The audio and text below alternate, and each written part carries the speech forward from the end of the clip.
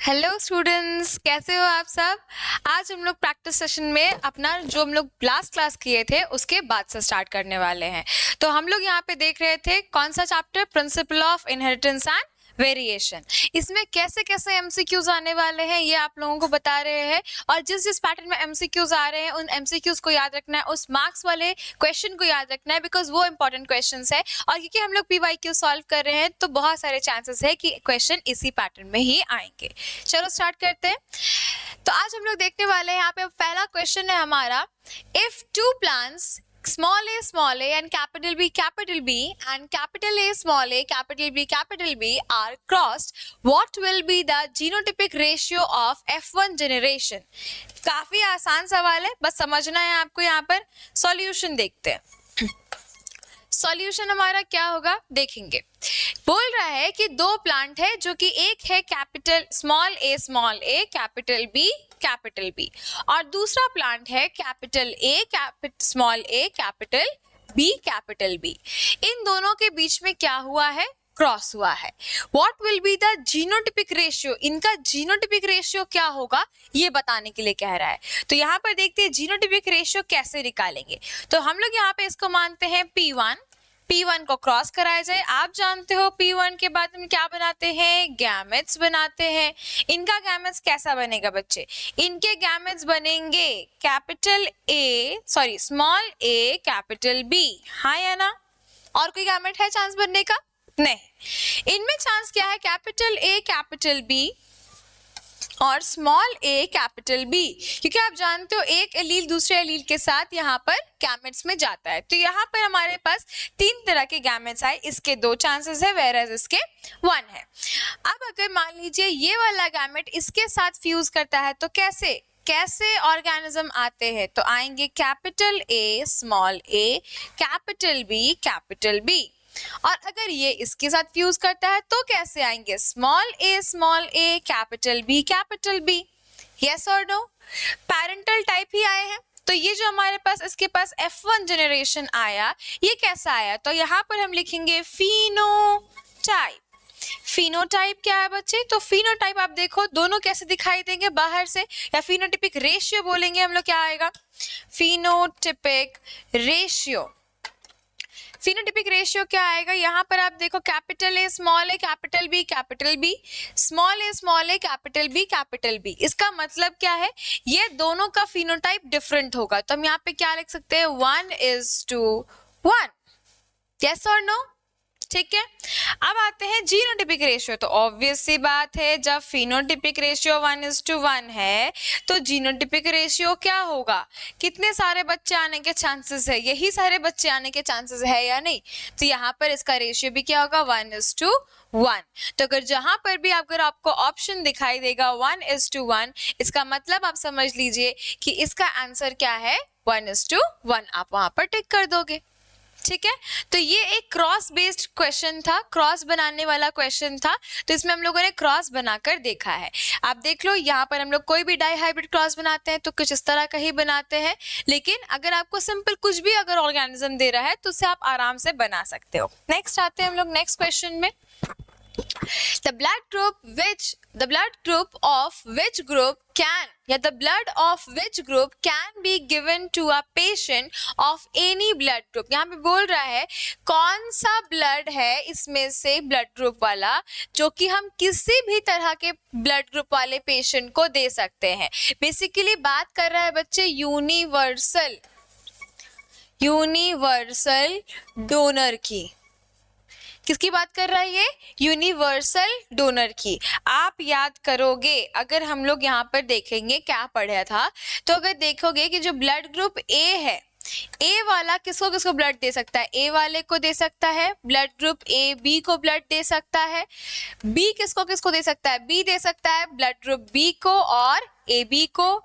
ओ किसको किसको दे सकता है, ओ दे सकता है ए को, बी को, ओ को और ए बी को। ये इन सभी को ब्लड दे सकता है। इसका मतलब यूनिवर्सल डोनर कौन हुआ, universal donor is blood group A, और यूनिवर्सल रेसिपिएंट कौन हुआ, जो सबसे ले सकता है, ये ए बी वाला भी कंडीशन दे देते हैं, ए बी वाले सिर्फ ए बी को देते हैं। तो यहाँ पर यूनिवर्सल रेसिपिएंट कौन हुआ, रिसीव कौन सा कर सकता है सबके सब में से, तो ए बी किसी भी तरह के रिसीव कर सकते हैं ब्लड। लेकिन यहाँ पे क्वेश्चन बोल रहा है blood group, blood of which group, इनमें से कौन सा ग्रुप का ब्लड हम किसी भी ब्लड ग्रुप वाले पेशेंट को दे सकते हैं। किसी को भी किसको देंगे, यहाँ पे देखो किसी भी तरह के पेशेंट को ब्लड ग्रुप वाले को हम क्या दे सकते हैं, ओ दे सकते हैं। तो यूनिवर्सल डोनर कौन हुआ, universal donor is blood group O, option A.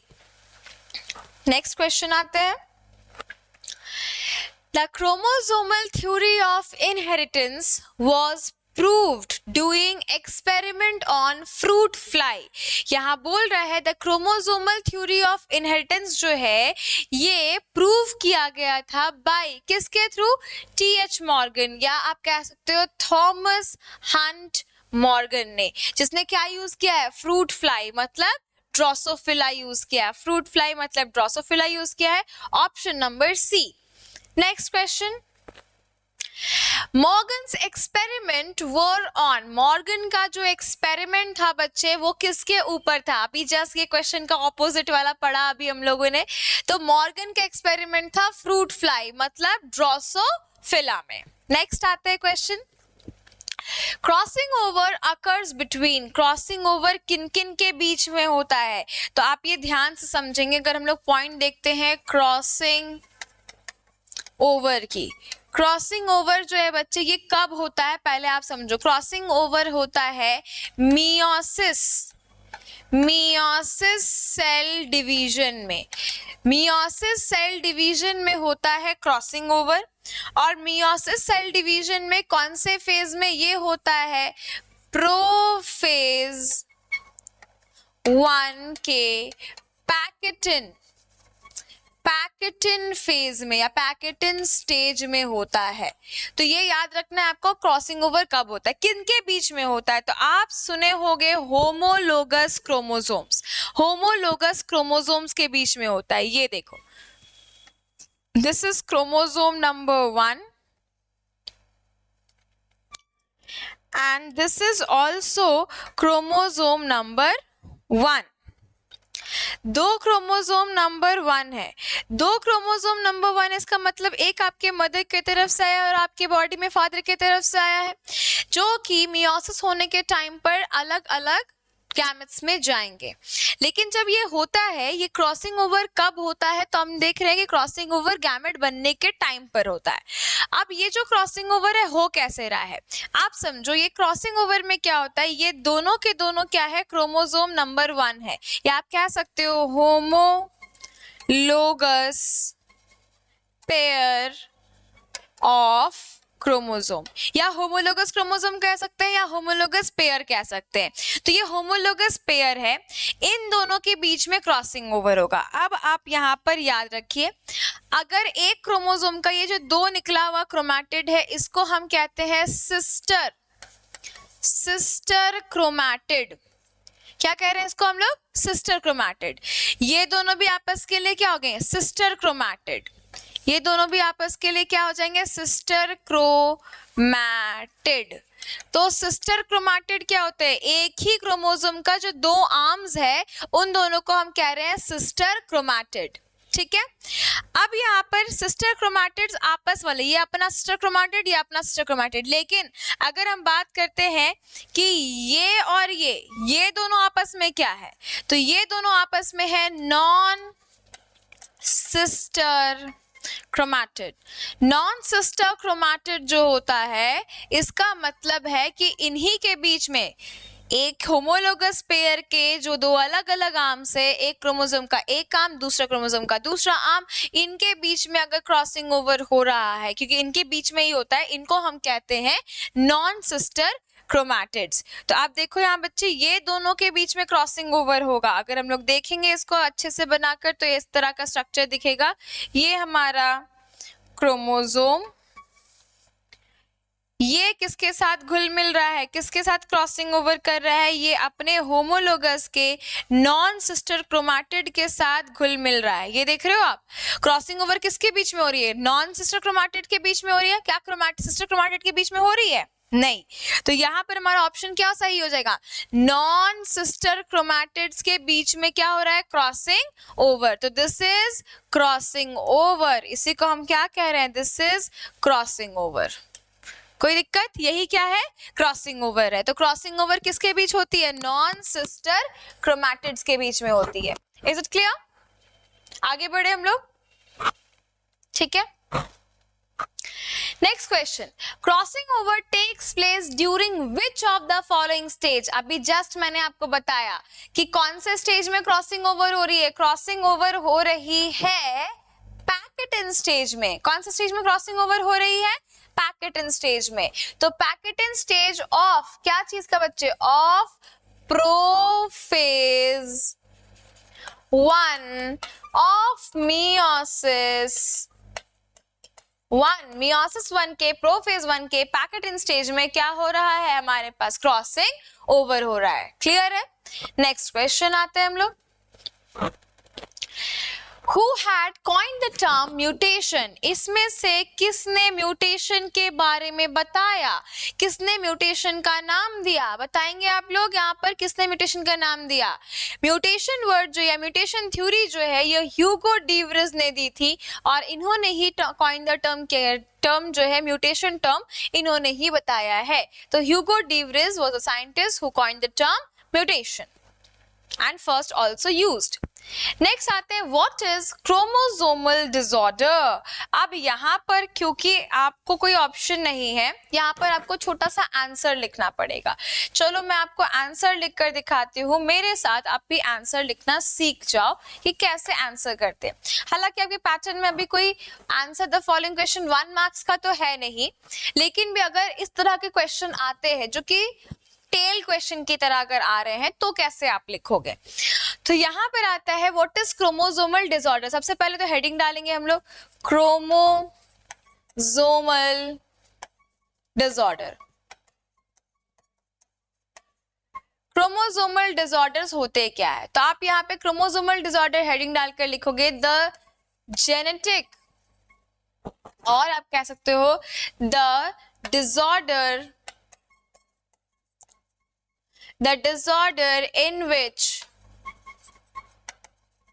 number or shape, number or, this is or, shape of chromosomes, number or shape of chromosomes becomes disoriented. Disoriented का मतलब क्या, क्रोमोसोम का जो नंबर है या shape जो है वो खराब हो जाएगा, डिसओरिएंट हो जाएगा या डिसओरिएंट हो जाएगा, या फिर आप कह सकते हो अनअरेंज्ड,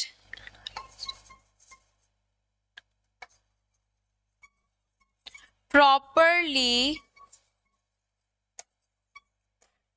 The disorder in which number or shape of chromosome becomes disoriented or unarranged properly, unarranged, properly हटा देते हैं, unarranged, ये क्या हो जाएगा, ये एक तरह का disorder कहलाएगा, unarranged, so it is called as, thus it is known as chromosomal disorder. Okay, इसमें एक और पॉइंट हम लोग ऐड कर सकते हैं, it is a type of genetic disorder.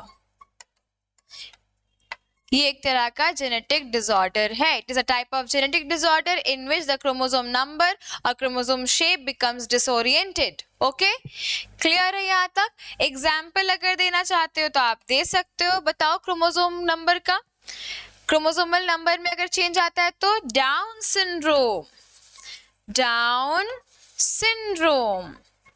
Example देना जरूरी है, और अगर आप लिखना चाहो तो और लिख सकते हो इसमें, ट्राइजोमी ऑफ 21 क्रोमोसोम, 21 क्रोमोसोम या 21st क्रोमोसोम का ये ट्राइजोमी होता है। ठीक है, तो ये 1 मार्क्स के लिए आपके लिए आंसर है। ज्यादा लंबा आंसर नहीं बच्चे, डेफिनेशन लिखा, आपका मन एक पॉइंट डाल दो और एग्जाम्पल डाल दो, पॉइंट नहीं डालोगे तो भी चलेगा, एग्जाम्पल डाल देना।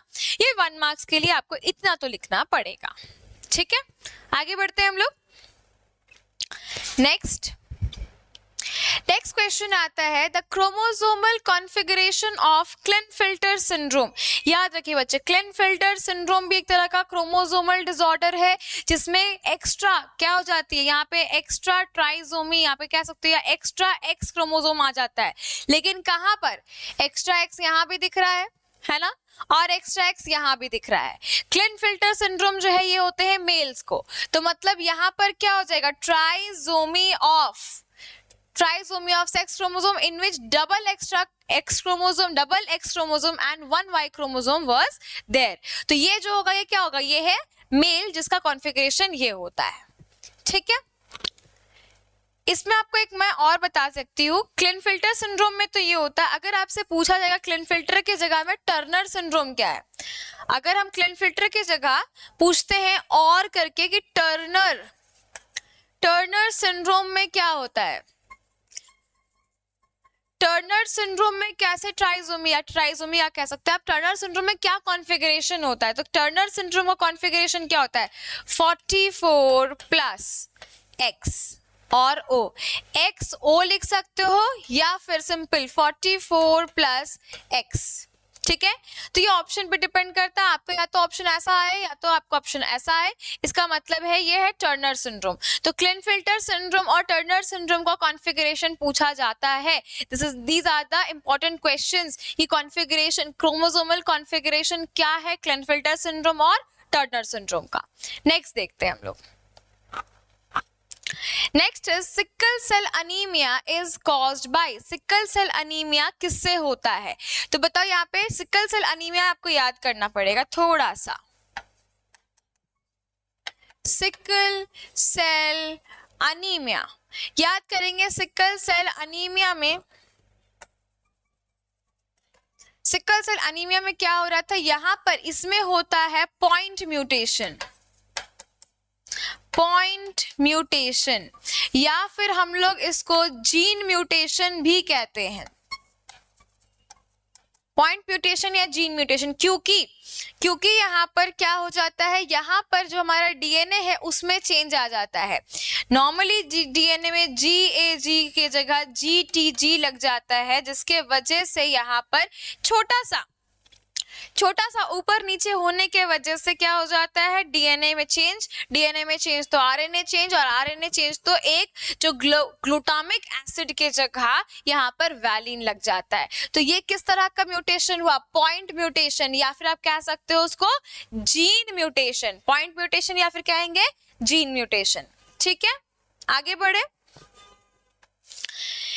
नेक्स्ट आते हैं, which genetic disease is caused by the trisomy of 21st chromosome, कौन सा डिजीज जो है जेनेटिक डिजीज 21st क्रोमोसोम के ट्राइजोमी मतलब 3 हो जाने के वजह से हुआ।